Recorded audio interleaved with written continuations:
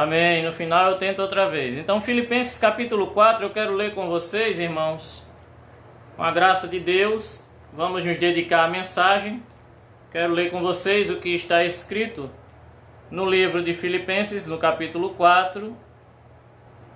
E a partir do verso 10, eu quero estar usando com vocês a tradução NVT, tá bom? Pastor, eu não sei, meu irmão, pode acompanhar na sua tradução, vai dar certo, em nome de Jesus. É porque eu considero que essa versão ela tem alguns pontos de muita clareza e fica mais acessível o entendimento da palavra de Deus. Amém? Então, louvado seja Deus. Filipenses capítulo 4, a partir do verso 10, nós vamos ler e vamos nos alegrar nessa leitura. E se você tiver Bíblia aí no celular, a versão é NVT, ok? Como eu me alegro, Senhor, por vocês terem voltado a se preocupar comigo. Sei que sempre se preocuparam comigo, mas não tinham a oportunidade de me ajudar. Não digo isso por estar necessitado, pois aprendi a ficar satisfeito com o que tenho. Viver na necessidade e também na fartura. Aprendi o segredo de viver em qualquer situação, de estômago cheio ou vazio, com pouco ou muito. Posso todas as coisas por meio de Cristo que me dá forças. Amém? Convido você para nós orarmos mais uma vez, mas agora não é a oração para apresentar o culto, agora é a oração pedindo a Deus que nós entendamos a sua palavra, né? Que ela seja a palavra que é luz para a nossa vida, que todos nós tenhamos luz na sua santa palavra. Pai querido, amoroso, justo, santo e fiel, Tu és bom, Tu és maravilhoso, Tu és o Senhor de tudo, Pai. Nós bendizemos e exaltamos o Teu santo nome. Deus Todo-Poderoso, a Ti a honra, a glória e o louvor para sempre. Pedimos ao Senhor a graça e a misericórdia de compreendermos a Tua santa palavra, em nome de Jesus. Amém. Louvado seja Deus, louvado seja Deus. Então, meus irmãos, eu quero dar uma breve introdução, tá certo? Para nós compreendermos realmente que mensagem é essa que o apóstolo Paulo, ele trouxe para nós, né? Que mensagem é essa, o porquê dessa mensagem e que isso seja edificante para a nossa vida. Primeiramente, o livro de Filipenses, ele foi escrito, como eu já disse, pelo apóstolo Paulo, foi escrito em 61 depois de Cristo, ok?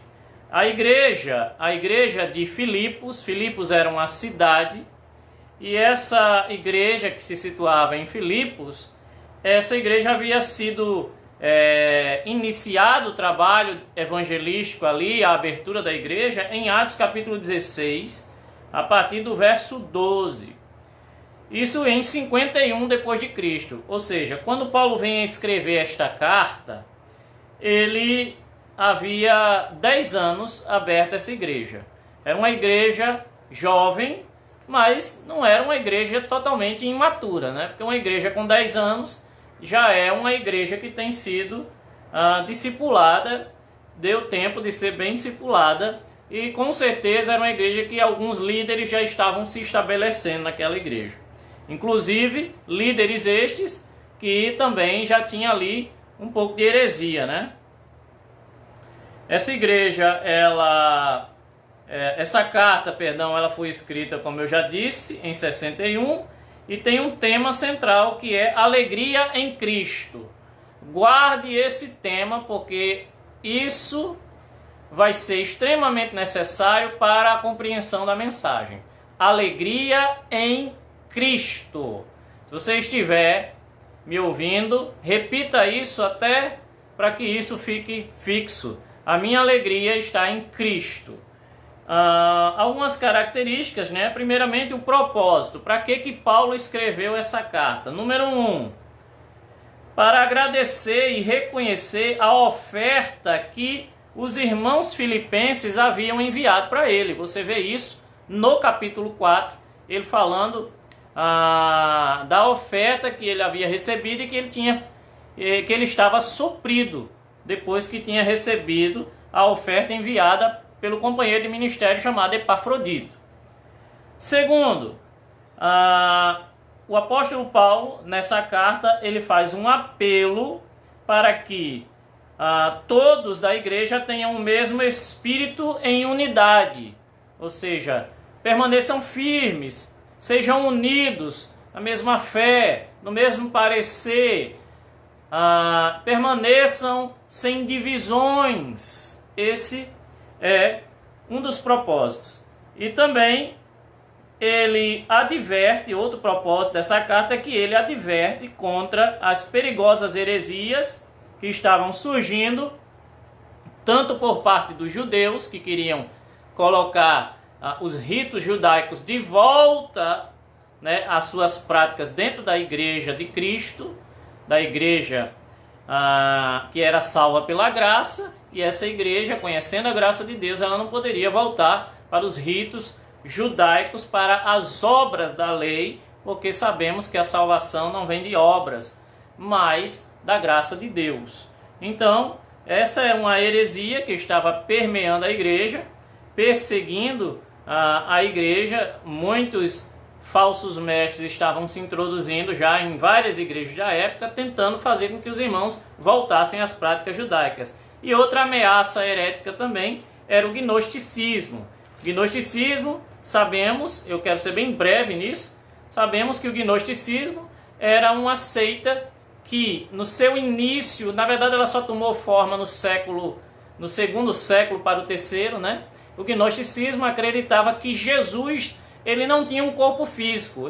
Se ele era divino, ele não podia ter um corpo físico. Então negava ali a morte física de Jesus na cruz e a sua ressurreição, né? Então, tanto o gnosticismo quanto o judaísmo são seitas para o cristianismo autêntico que crê na santa palavra de Deus. E aí, irmãos, nós precisamos compreender que a característica principal do apóstolo Paulo, apesar de ser uma carta que ele escreve os filipenses, é uma carta que ele escreve com o propósito de agradecer pelas ofertas recebidas, o apóstolo Paulo ele demonstra algo interessante nessa carta. Ele demonstra um apego pelas ovelhas. A linguagem da carta é uma linguagem mais sentimental, podemos dizer assim. O apóstolo Paulo usa a linguagem de ternura, de calor, de afeição. Então são encontrados esses estilos de escrita aqui que é um pouco diferente das outras cartas de Paulo, né? Das outras cartas paulinas. O apóstolo Paulo aqui ele estava agindo na escrita, né? O que ele escreveu, ele estava demonstrando um amor fraternal e um pouco de saudade mesmo pelos irmãos de Filipos. Esta é uma carta que Paulo escreveu, é uma das cartas que Paulo escreveu quando ele estava passando por grande tribulação, né, irmãos? E também, essa carta, ela tem uma linguagem dominante, que é a alegria triunfante da igreja. Amém, irmãos? Então, basicamente é o seguinte: quando lemos a carta do apóstolo Paulo aos Filipenses, nós estamos lendo uma carta de um pastor amoroso que está agradecendo as ofertas recebidas, ok? Mas ainda mais, ele se mostra amoroso porque o amor dele era sincero para com aqueles irmãos. E Paulo sabia que por ele estar passando por diversas tribulações, né, tribulações severas, como prisões, né, e padecendo algumas necessidades, esses irmãos amorosos de Filipos estavam zelosos com o seu pastor, o seu apóstolo, que era Paulo, o seu amado irmão. E Paulo, ele tenta aliviar, a linguagem é de alívio para o coração, para os sentimentos desses irmãos. E o alívio que Paulo usa é maravilhoso, irmãos, porque ele faz com que os irmãos de Filipos e hoje nós mesmos, ele nos ensina a tirar os olhos das circunstâncias desse mundo e olhar somente para Jesus, que é a fonte de toda a nossa alegria. Então, Jesus Cristo é apresentado aqui como a fonte da alegria do crente. E agora eu convido você para nós voltarmos para o texto. Nós vamos meditar nesses versículos e depois nós vamos trazer uma breve aplicação, e sei que Deus vai falar poderosamente conosco, já está falando, né? Em nome de Jesus, tá bom? Então vamos lá. Para quem chegou depois, nós estamos em Filipenses, capítulo 4, a partir do verso 10, e eu estou usando a versão NVT. Louvado seja Deus. Então, diz assim, verso 10: Como eu me alegro no Senhor por vocês terem voltado a se preocupar comigo. Sei que sempre se preocuparam comigo, mas não tinham a oportunidade de me ajudar. Então você percebe que é uma linguagem calorosa, que é uma linguagem amorosa, afetuosa, que o apóstolo Paulo, ele está usando uma linguagem para com os filipenses de muita ternura, ok? E ele faz isso com o propósito de acalentar eles. Lembrando que eles haviam enviado uma oferta generosa a Paulo para ajudar em sua generosa, ela veio em bom momento sobre a vida do apóstolo Paulo, sobre seu ministério, e Paulo, ele percebe o cuidado por parte dos irmãos filipenses, né? Desculpa, bati aqui em alguma coisa. Ele percebe o cuidado dos irmãos filipenses e ele responde com essa linguagem de ternura.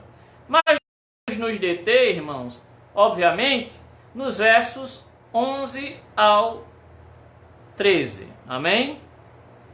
E o apóstolo Paulo diz no 11: Não digo isso por estar necessitado, pois aprendi a ficar satisfeito com o que tenho. Aprendi a ficar satisfeito com o que tenho. E aqui, irmãos, nós precisamos compreender o seguinte. Número 1. Eu me lembro, nos anos... Eu quero passar 2 lições nesse versículo, tá certo? Aprendi a ficar satisfeito com o que tenho. Número 1, a primeira lição. Estar satisfeito é uma ação da fé. Por quê? Porque a nossa vida, a verdadeira vida, irmãos, está escondida em Cristo. É isso que a palavra de Deus diz. A nossa verdadeira vida não é esta vida. A nossa verdadeira vida está guardada na pessoa de Jesus. A nossa verdadeira vida está guardada como uma esperança de fé que nós temos para a eternidade. Então, quando o apóstolo Paulo fala, não digo isso por estar necessitado, pois aprendi a ficar satisfeito com o que tenho, só fala isso, estou satisfeito com o que eu tenho no momento. Se eu tiver muito, eu estou feliz. Se eu estiver pouco, eu estou feliz. Se eu estiver muito, eu estou alegre. Se estiver pouco, eu estou alegre. Eu estou satisfeito com o que eu tenho. Só fala isso, irmãos, quem não tem a esperança no agora. Só fala isso quem tem a esperança no porvir. Só entende isso, só crê nisso a pessoa que sabe que a sua pátria não é terrena. A pessoa que sabe que não foi feito, que não foi criado em Cristo Jesus para esta vida apenas, que a sua existência está além desses muros físicos. Nós que cremos em Jesus, nós temos a esperança da ressurreição. Nós temos a esperança da vida eterna. A nossa fé não está situada no agora. Muita gente tem uma séria confusão a respeito de fé. Muita gente acha que fé é uma ação do ser humano que faz com que Deus se mova ao seu favor hoje e agora, né? Então, algumas pessoas dizem, se você tem fé, vai acontecer, né? E essa fé nada mais é do que a fé humana. É a mesma fé que um atleta de ponta, crendo natural e em seu esforço, ele alcança. Ok? Isso é uma fé natural, porque a fé em Jesus sempre será a fé que aponta para a vida eterna, para os bens superiores, que são os bens espirituais. Os bens espirituais, o que nós podemos dizer? O que são os bens do Senhor para a vida eterna? No céu não haverá mais choro, não haverá mais pranto, ninguém vai ter mais que se preocupar com boleto, nem com alimento. No céu, na vida eterna, ninguém terá que ter medo por causa de doença. Ninguém vai estar se preocupando com a correria desta vida. Não, lá tudo isto será passado e nós estaremos para sempre com o Senhor, reinando com o Senhor. Louvado seja Deus. Então o apóstolo Paulo, quando ele fala que aprendeu a estar satisfeito com o que tem, primeiro, nós temos certeza que ele tinha a esperança da vida eterna, a esperança da ressurreição. Inclusive, se você puder ler Filipenses, você vai ver que muitas vezes, nesta carta, o apóstolo Paulo cita a vinda de Cristo e a ressurreição dos mortos. Obviamente, porque a vinda de Cristo, ela resultará na ressurreição dos mortos. Então, diversas vezes, o apóstolo Paulo usa a linguagem: breve ele virá, em breve o Senhor chegará, já está no tempo e já chegará ao final de todas as coisas. Então o apóstolo Paulo vivia o hoje, não na esperança deste mundo, mas ele vivia o hoje na esperança da volta de Cristo, que deve ser a esperança de todo crente. A viva esperança, como a Bíblia diz. Maranata, ora vem Senhor Jesus. Só tira os olhos da terra e olha em direção aos céus quem aguarda alguma coisa vir de lá.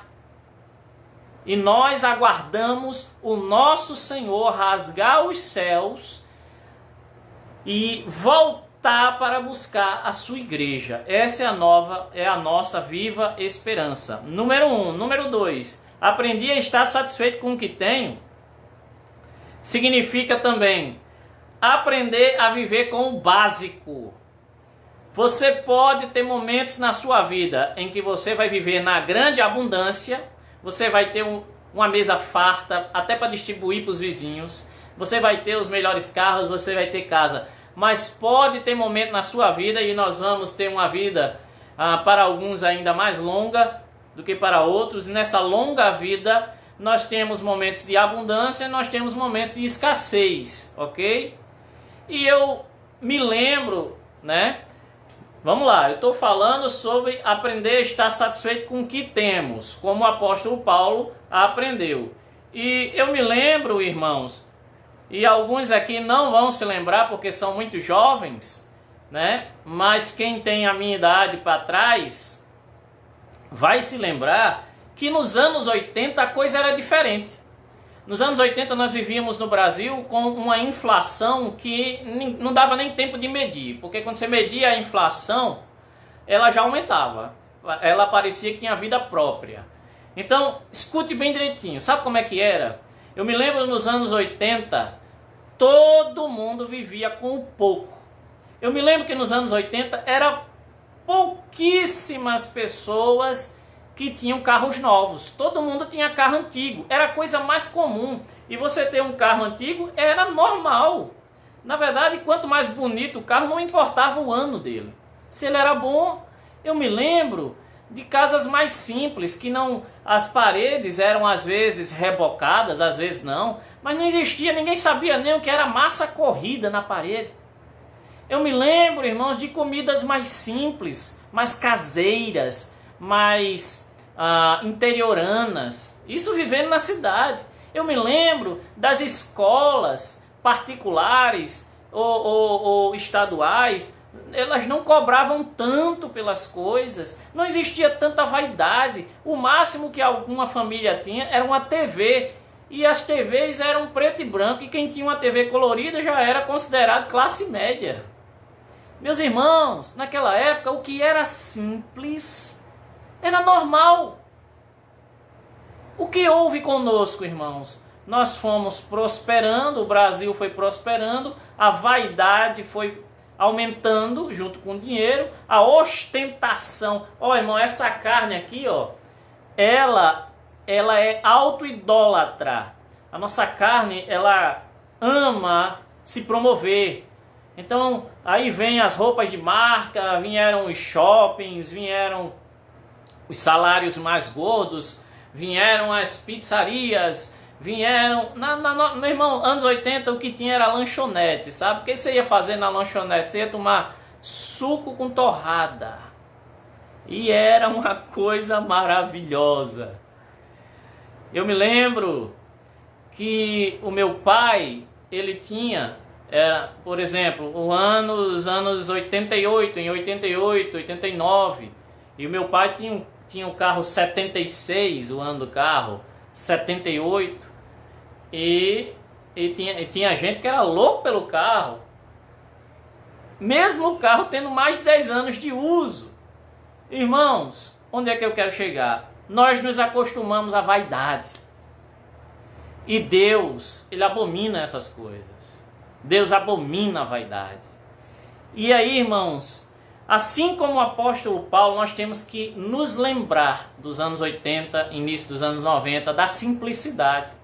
Por quê? Porque, irmãos, nós não sabemos o que virá daqui por diante. Mas nós sabemos uma coisa, Deus nunca vai nos abandonar. Agora, Deus não está envolvido com as nossas vaidades. Ele está envolvido com as suas promessas, e Ele prometeu nos dar o pão de cada dia.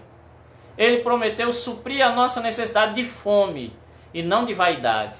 Então o apóstolo Paulo sabia muito bem disso, e mesmo ele sendo um grande apóstolo, um grande teólogo, recebendo grandes ofertas, ele sabia viver com pouco. Se eu fosse você, entendia logo o que significa viver com pouco. E se você não compreende, peça iluminação a Deus e Ele vai te explicar. Viver com pouco é viver satisfeito com o básico. Louvado seja Deus. Agora continua comigo. Verso 12.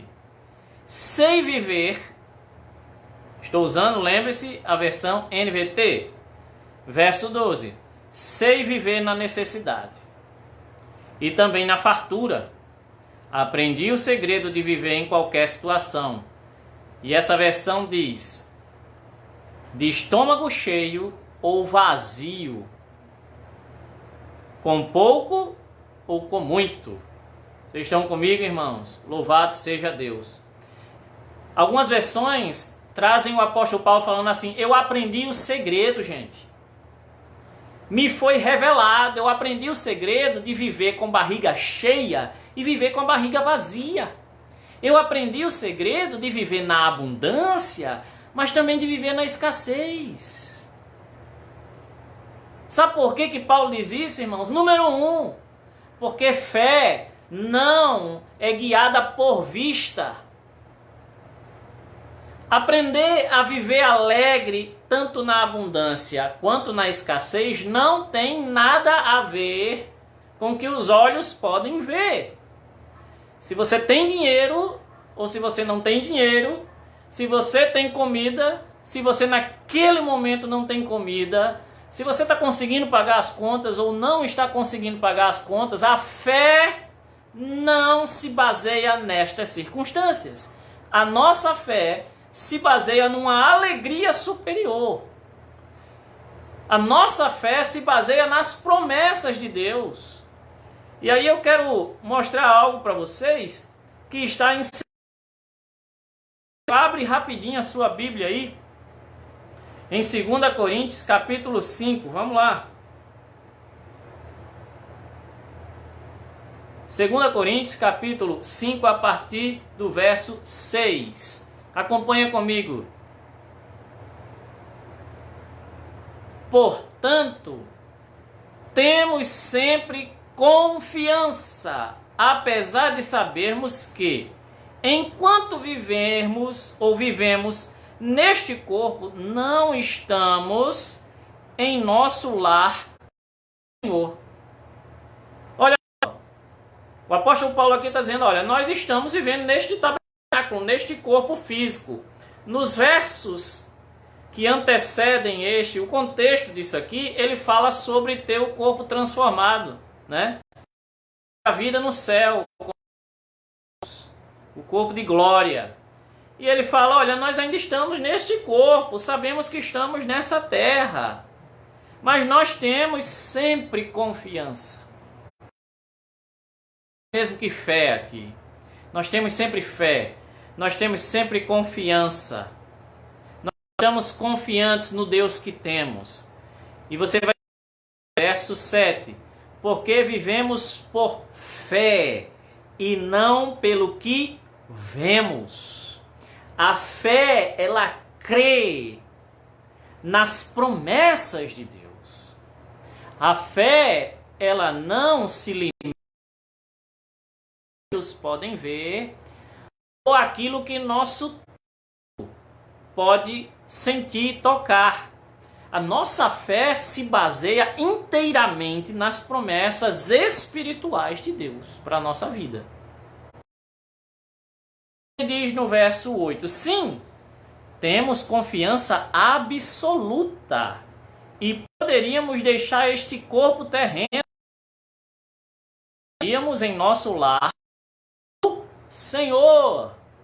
Então, meus irmãos, a promessa é de vida eterna. A alegria se baseia na promessa da vida eterna. Quanto mais, irmãos, quanto as circunstâncias nos apertam, mais nós tem que sair fé.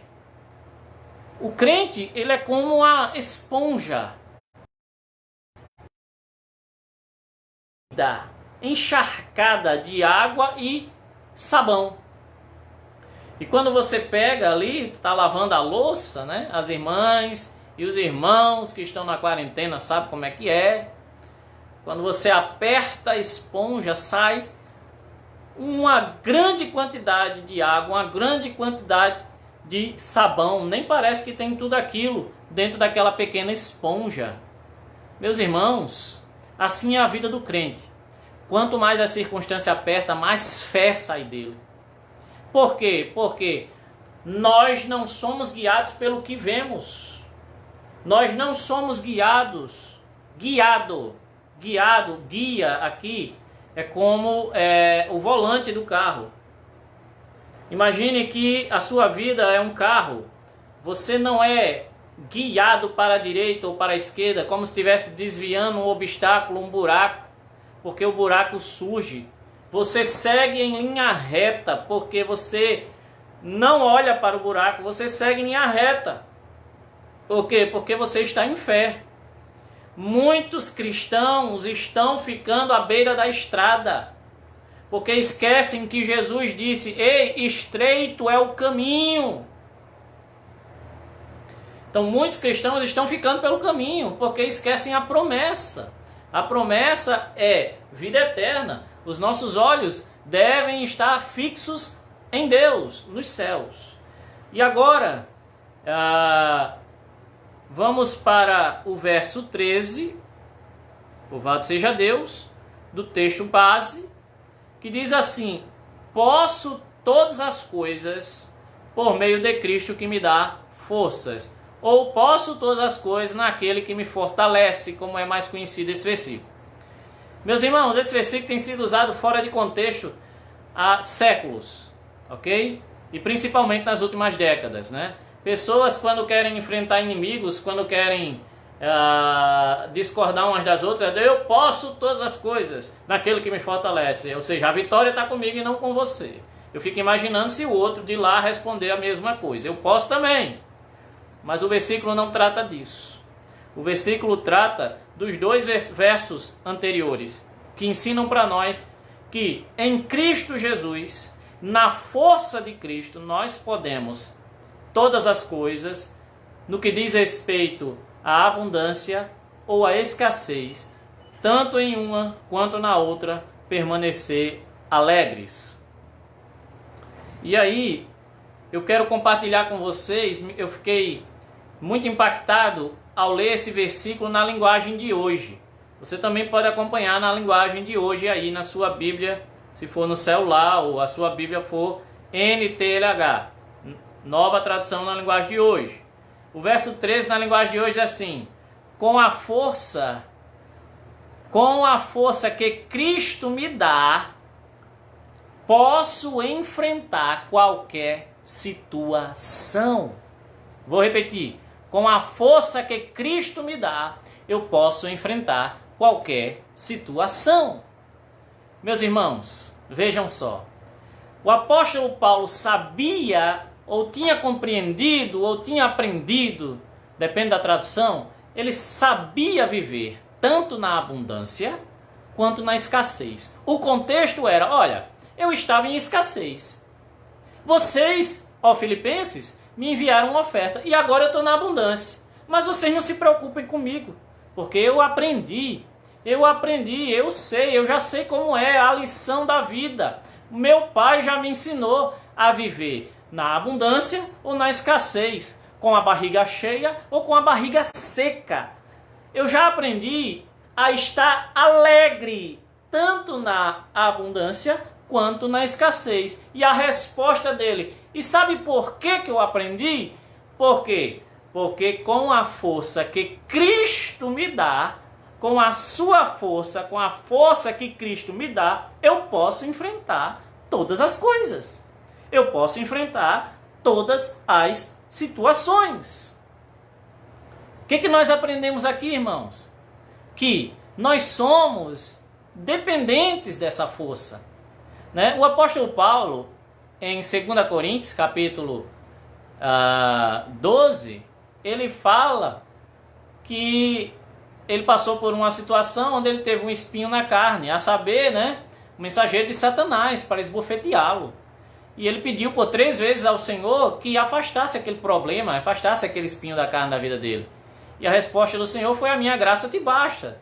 Neste momento, o apóstolo Paulo ele tem a revelação e ele diz: então eu vou me alegrar nesta minha fraqueza, para que em mim habite o poder de Cristo.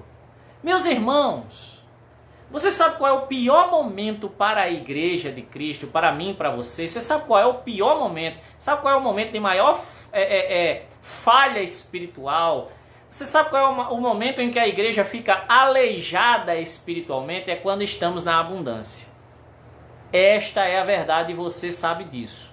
Quando você e eu estamos com dinheiro, quando eu e você estamos com um emprego bom, quando eu e você estamos prosperando muito na vida, nessa hora vem as grandes tentações. E as grandes tentações são a dependência dos bens materiais, que substituem a glória de Deus na nossa vida. Na verdade, os bens se tornam um ídolo em nossas vidas. E nós, servos de Deus, muitas vezes nem percebemos que estamos entregues à idolatria. Estamos confiando no dinheiro que está guardado no banco, estamos confiando no parente, estamos confiando naquele que pode nos emprestar dinheiro. Isso é idolatria, irmãos. Porque o apóstolo Paulo disse: olha, eu aprendi. Eu já passei por diversas situações dificílimas. E o que eu aprendi? Eu aprendi que a força que Cristo me dá, a força que Cristo tem para me dar, ela é suficiente para enfrentar toda e qualquer situação. Ô irmãos, vamos aprender, vamos crescer, vamos crer. A força de Cristo Certa vez, Jesus, ele estava andando e uma mulher tocou na orla das suas vestes, porque ela dizia em seu coração: se eu simplesmente tocar na orla das suas vestes, eu ficarei curada. E quando ela toca em Jesus, Jesus percebeu, ele parou a caminhada e ele percebeu que dele saiu virtude, que também pode ser traduzido como poder. Jesus Cristo, irmãos, ele é a fonte de todo o poder. O poder de Deus opera por sua palavra. Amados, Jesus Cristo é como uma fonte inesgotável. Lembra uma fonte de águas? Jesus Cristo é uma fonte inesgotável de poder. Poder para quê? Vamos lá, poder para você vencer o medo. Poder para vencer as ansiedades da vida. Poder para vencer o medo de não pagar as contas. Poder para vencer o medo de ficar doente. E, irmãos, mais que tudo isso, o poder para parar de uma vez por todas de temer a morte. Por quê? Porque aprendemos com o Senhor a estar alegres, tanto na fartura quanto na escassez, porque confiamos no poder que Cristo tem para a nossa vida em toda e qualquer circunstância. Agora vamos ser sinceros, irmãos. Ninguém fica pedindo poder a Deus quando está na abundância. Ninguém fica. Eu me lembro que eu já orei por isso. Mas é muito rápido, irmãos. Rapidamente a gente esquece. Mas você imagina você lá: o Senhor, em nome de Jesus, eu estou com muito dinheiro, Pai, me ajuda a não cair na tentação de confiar nesse dinheiro. Senhor, me ajuda. Não é assim, né, irmãos? Mas nós estamos aprendendo a cada dia. Quando estamos na escassez, os nossos joelhos rapidamente se dobram ao chão e nós dizemos: Senhor, eu dependo do Senhor. Senhor, eu dependo de Ti. Senhor, eu dependo da Sua força.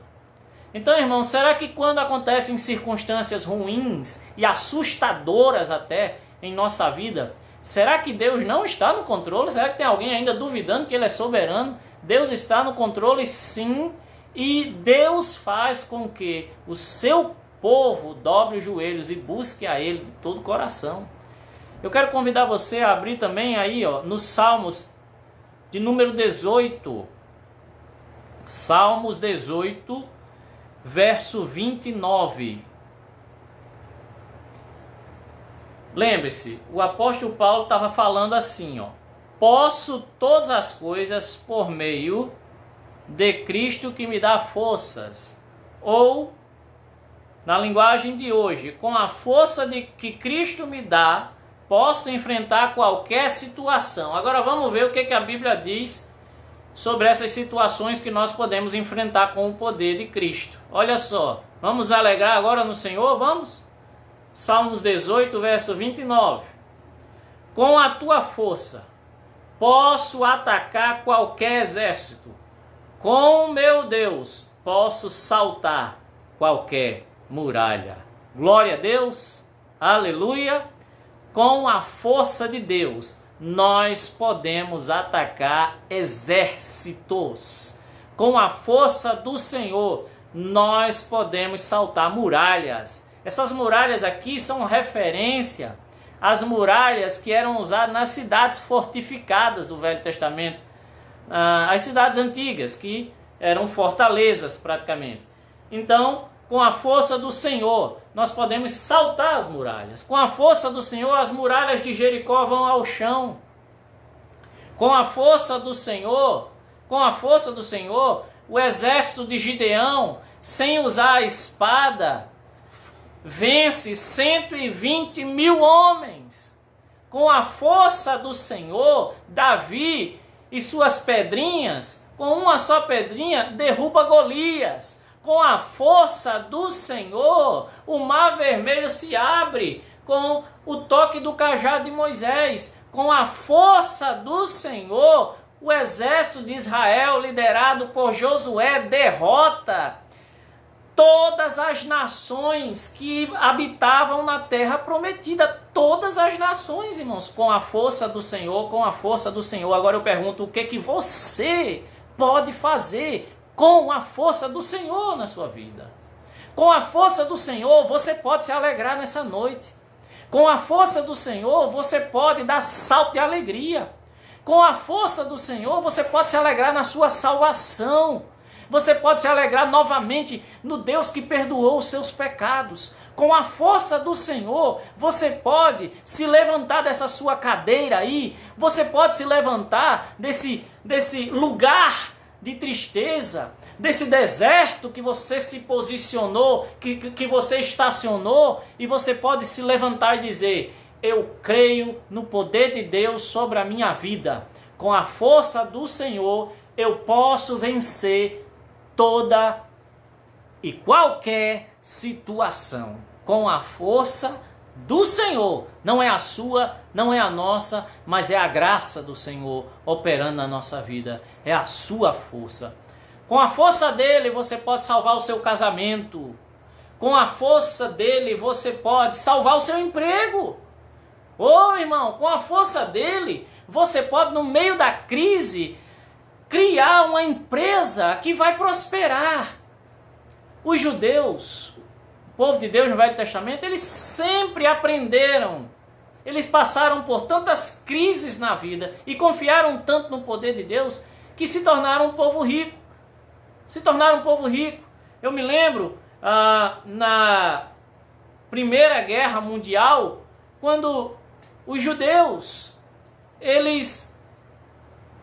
quando as pessoas iam para a guerra, e os judeus, aqueles que não iam para a guerra, eles diziam assim: olha, você vai para a guerra, e para que você e sua família não fiquem pobres, eu guardo os seus bens, eu vou guardar as suas joias, eu vou guardar o seu dinheiro em segurança.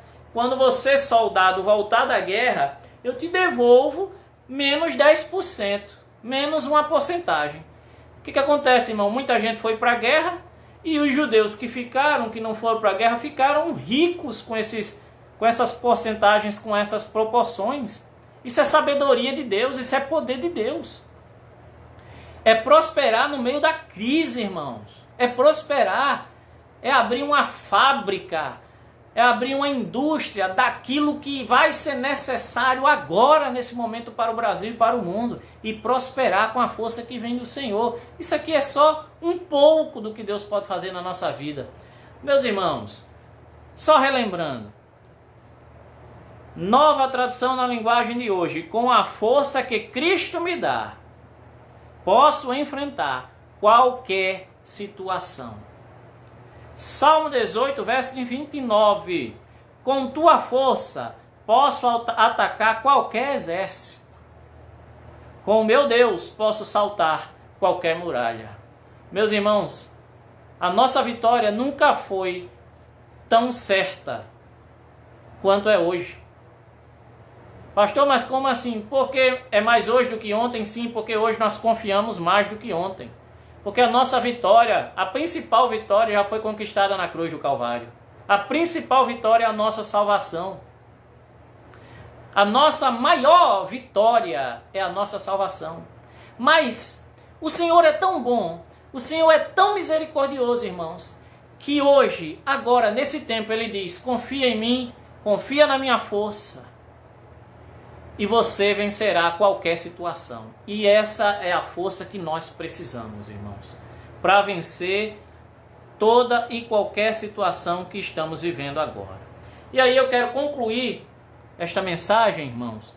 Eu já até me prolonguei um pouco, mas eu quero concluir essa mensagem trazendo algumas verdades que podem ser aplicadas em nossa vida através dessa mensagem de Filipenses capítulo 4, dos versos do 10 ao 13, ok?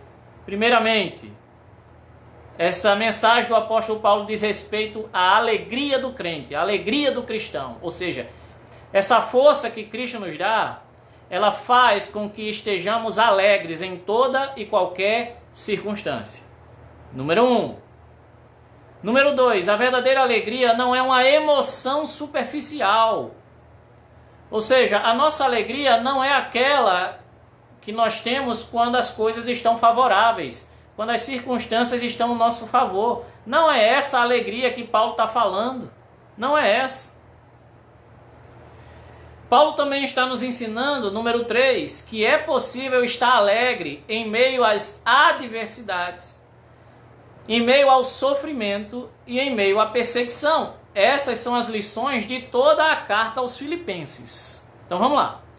É possível, eu pergunto para você que está me ouvindo nessa noite, é possível o crente estar alegre no meio das tribulações, no meio do sofrimento e no meio da perseguição? É possível sim ou não? Talvez alguns de vocês digam, é sim, mas eu não sei como. Mas eu vou responder a você. Com a força que Cristo vai te dar, você vai saltar muralhas de alegria, viu? Quarto ponto que nós aprendemos com a carta aos Filipenses e o capítulo 4. Esta alegria que está na vida do crente, ela é fruto da nossa comunhão com o Cristo ressuscitado. Eu quero que você se alegre, sabe com o quê? Deixa eu explicar para você esse quarto ponto. Que nós aprendemos por que Paulo estava dizendo, eu aprendi em qualquer circunstância. Você vai aprender também nessa noite.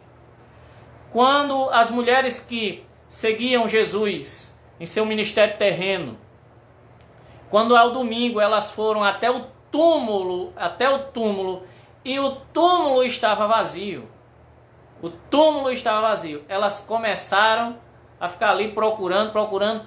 Anjos aparecem, aquelas mulheres, e dizem assim, ei, por que vocês estão aqui procurando entre os mortos aquele que vive, aquele que ressuscitou, aquele que vivo está? Não está aqui, ressuscitou. Número 1, a alegria do crente está no fato de que o nosso Senhor ressuscitou, irmãos. Ele está vivo, e porque Ele está vivo, Ele está operando na nossa vida todo santo dia. Ele é o nosso sumo sacerdote. Todo santo dia Ele é o nosso consolador. Todo santo dia Ele é o nosso supridor. Todo santo dia Ele é aquele que se importa e que se compadece das nossas fraquezas. Todos os dias Ele continua sendo o pão vivo que desceu do céu. Vamos nos alimentar. Todo dia Ele continua sendo a fonte de água da vida. Todo dia Ele continua e sempre continuará sendo aquele que nele crê, mesmo que esteja morto, viverá. Aleluia! Aleluia, irmãos! Ele está vivo.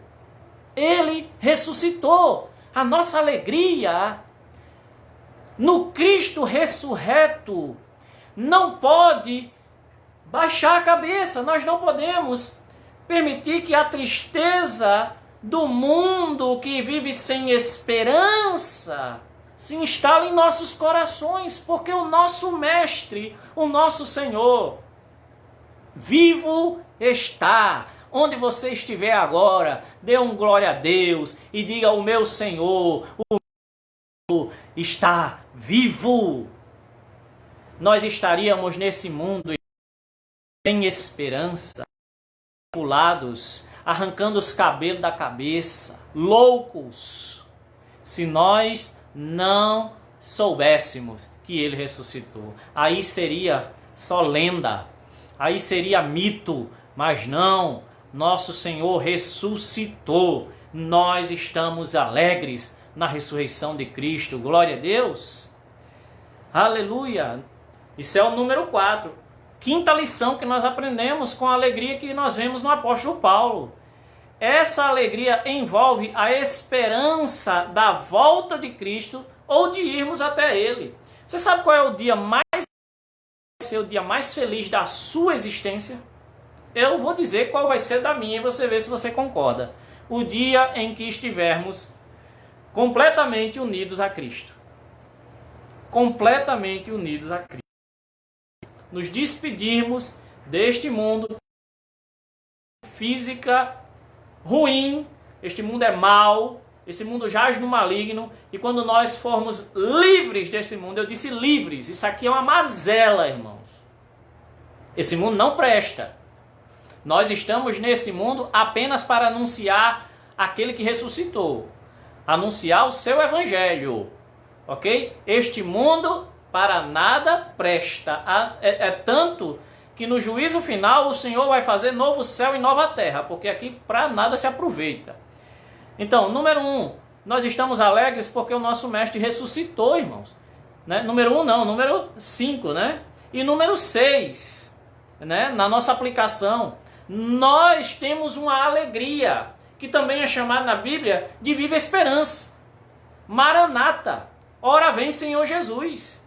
Meu irmão, está atribulado? Lembre-se, Jesus breve vem.